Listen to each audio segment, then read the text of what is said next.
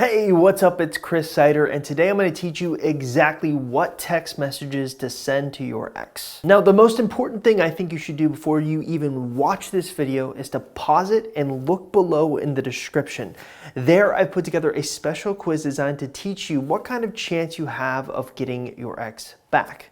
Believe me when I say there's nothing worse than wasting your time trying to get an ex back when you really don't have a great chance. So if you're interested in taking the quiz, again, simply look in the description link below this YouTube video, click on the link you see there. It should only take you about 2 minutes to complete. It will ask you a bunch of questions about you, your ex, and your time together.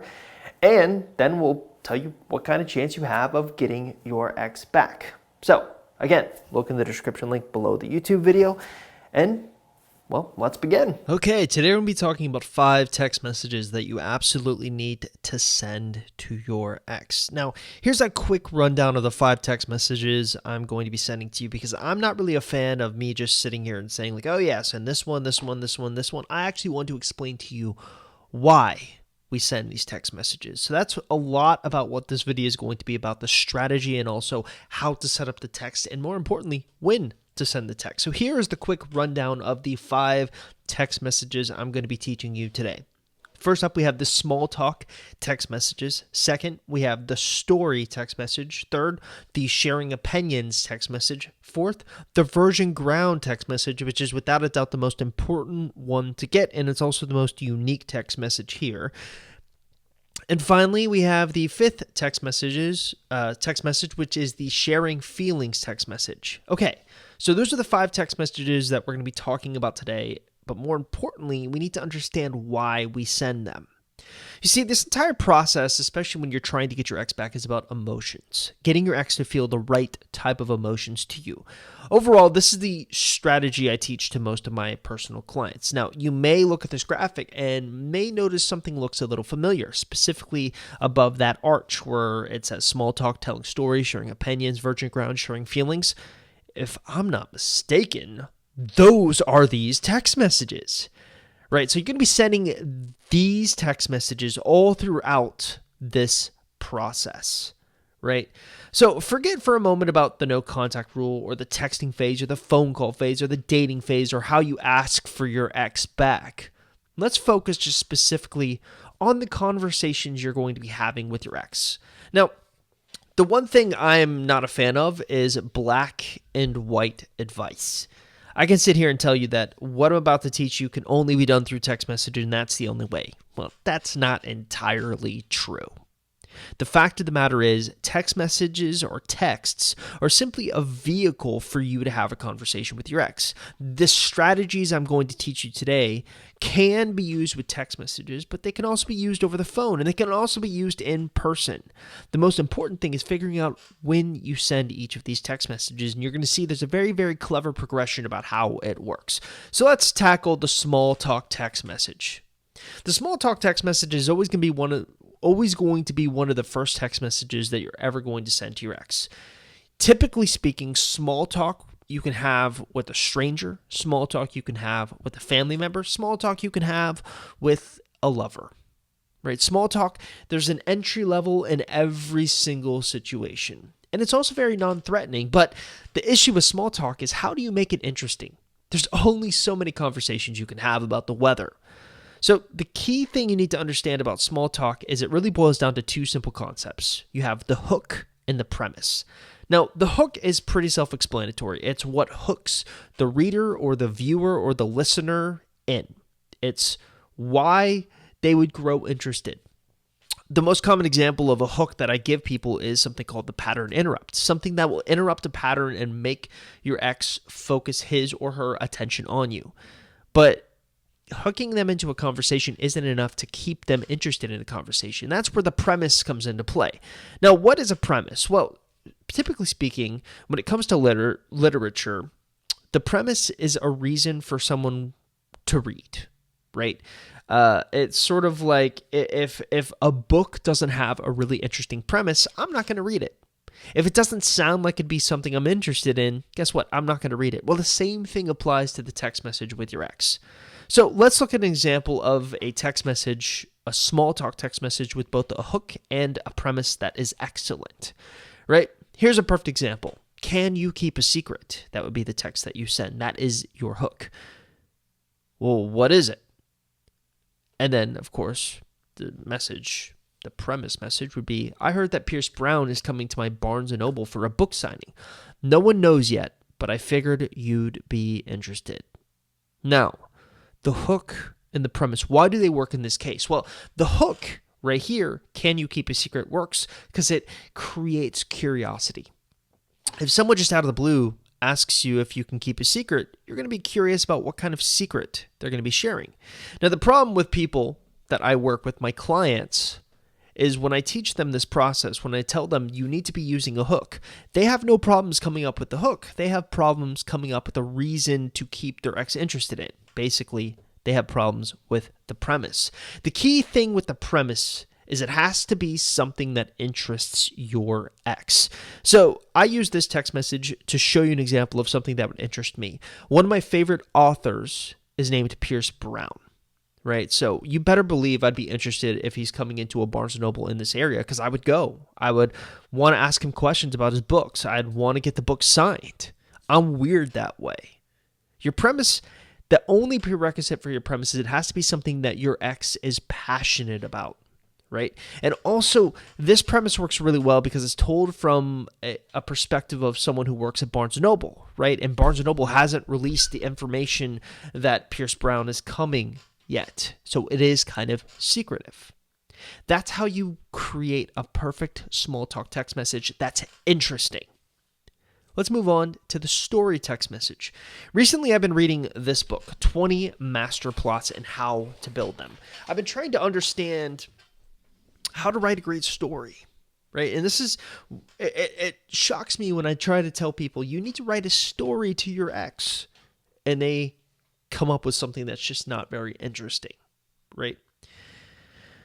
Reading this book, the author, by his own admission, says, look, there's a lot more than 20 plots overall when you look at the history of story.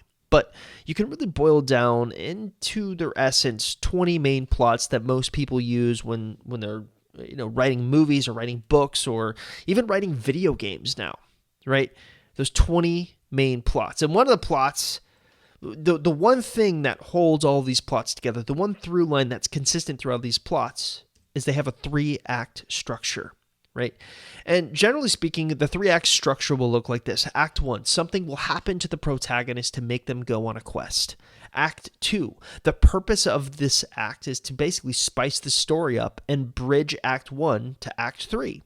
Act 3, the protagonist achieves their quest or doesn't, but learns something valuable in the process, and that creates a great story. It's weird when you detail it down like this and it doesn't really have the emotional impact. But I think the key is, in order to obtain that emotional impact, you have to look to Act 3. You have to look to the end and specifically the valuable thing that they've learned upon achieving their quest or achieving something. Right? So what I'd like to do is give you an example of a perfect text message story that you can tell your ex. And this story is actually based on real life. Act 1. A professional rock climber who's just turned around 20 or 21 years old gets an opportunity to go overseas with his friends and rock climb this amazing mountain. Right? So that's Act 1. Remember, Act 1 is all about introducing the protagonist and giving them some type of a call to action to make them go on this quest. Well, in this case, this protagonist, and again, this is a real story, I'm not making this up, this protagonist gets an opportunity to go rock climbing on their, overseas with their friends. So the quest that they want to achieve is to climb up to the top of this mountain. Pretty simple. Well, they go over to, I think this place was in Russia or somewhere kind of over there. They go overseas and start climbing. And around day 3 of their rock climb, they start to wake up to gunshots, right? And it turns out that some terrorists have taken them hostage. Act 2. Remember, Act 2 is all about spicing up the story and creating a bridge to Act 1 and Act 3, right? Our protagonist wanted to start by reaching the top of the mountain. The problem is They've been taken hostage. That's preventing them from reaching the top of the mountain. And then all of a sudden it becomes less about getting to the top of the mountain and more about surviving, right? Now, Act 3 is basically the protagonist achieving their quest or not achieving their quest. In our case, it's going to be a not achieving their quest and learning something valuable in the process. The captors have taken our 4 protagonists, or the protagonist and his 4 friends, hostage for 6 days. They're starving to death. The captors are running because they're being chased by the army in the area. And an opportunity arises for a protagonist to push the captor off a cliff to their death. And our protagonist does just this, effectively saving his life and his friends' lives. The problem is there's a lot of emotional trauma there. Is it right? Is it wrong? The lesson taught here is that human beings, when pushed to their absolute limit, are willing to do whatever it takes to survive. Something horrifying. This is an actual story that actually occurred. Now, if I were to sit here and tell you that, yeah, some guy just pushed some hostage off a cliff to save himself, it doesn't have that emotional impact anymore, does it? It's only when you divide it up into this 3-act structure that the emotional impact becomes real, right? And this is the simple concept that I see so many people failing to do at text messages. Look, it's easy to tell a story. It's not easy to tell a good story. Make sure you divide your text messages up into these 3 acts, especially when you decide to tell a story to your ex. All right, so let's move on to the sharing opinions text message. Are you guys familiar with the Benjamin Franklin effect? The Benjamin Franklin effect basically states that, contrary to popular belief, someone is more likely to do you a favor if they've already done you a favor. So one of the things that me and my team came up with for our coaching clients was actually to kind of enact the Benjamin Franklin effect. One thing you should do is ask your ex's opinion on something. This will do a couple of things. By simply saying, can I get your opinion on something, not only are you going to enact the Benjamin Franklin effect, because getting their opinion on something is kind of like asking them to do a favor for you. And if they do that favor for you, they're more likely to do another favor for you. But also, if you're a woman watching this, you have the added benefit of tapping into your ex's damsel in distress sort of method. For some reason, men have this weird hang up about protecting women and saving women, and they feel nice when they feel like you're kind of in distress and you need to get their opinion on something. It kind of makes it a little easier for them to open up. That is the sharing opinions text message. Now, the 4th text message is going to break virgin ground. Now, what do I mean by that? Virgin ground. Well, this text message is interesting because it's actually not a text message that you can send to your ex. It's a text message that you need to wait to get from your ex. It's a text message that you need to receive. About 10 years ago, a movie called 500 Days of Summer was released. It's a great movie, one of my favorite movies, one of the best love movies I've ever seen. It's very, very real. It's about a guy who's going through a breakup and kind of revisiting his relationship with a woman named Summer. And the whole movie takes place over 500 days, hence the name 500 Days of Summer, right? And so all of the scenes will skip to a certain day throughout the relationship, so you can see the juxtaposition of what it was like at the beginning and what it was like at the end. And it's a very fascinating take on relationships. And if you haven't seen that movie, I recommend that you do see it. Anyways, there's a scene in the middle of the movie where our protagonist, Tom, who's on the left there, played by Joseph Gordon-Levitt, is talking to Summer. And she says something like this. You know, I've never told anyone that before. To which he replies, well, I guess I'm not just anybody. Kind of a stupid thing to say, but that's the important thing that I want to highlight for you today. That's virgin ground. If your ex tells you something that they've never told anyone before and they admit that to you, it is the ultimate sign of trust. That is what you're waiting to get before you move on to the next text message, which we'll talk about in a minute. But the question you're not having is how? How can you get them to open up in this way? In my opinion, there's only 2 factors that can help get them to open up to you in this way? Time and trust. In other words, you have to build up enough trust and credibility. You have to do enough small talk, sharing opinions, telling stories to build that trust up enough over time to get them to say something that they've never told anyone before. Open up to you in that way. Now, virgin ground texts are rare and it's difficult to achieve. But if you do achieve them, that's when you can start sharing your feelings. That's where the sharing the feelings text message comes into play. Now, how do you share your feelings in a text message? Well, if you're familiar with another Hollywood classic, Hitch, there's a famous scene in Hitch called the 90-10 rule. Basically, Hitch is trying to train a guy on how to kiss a girl. And he teaches the guy to go 90% of the way, and you let the girl come the extra 10. The same thing kind of applies when you're looking at sharing feelings. Let's take this text message, for example. What this person's really trying to say is, I miss you. But instead, they're going to use my 90-10 method, where they're going to go 90% of the way. They're almost going to say, I miss you. So instead, they say, I really miss being around you. Very close to I miss you. And in fact, it's kind of the same thing, but it's not the same as saying it word for word.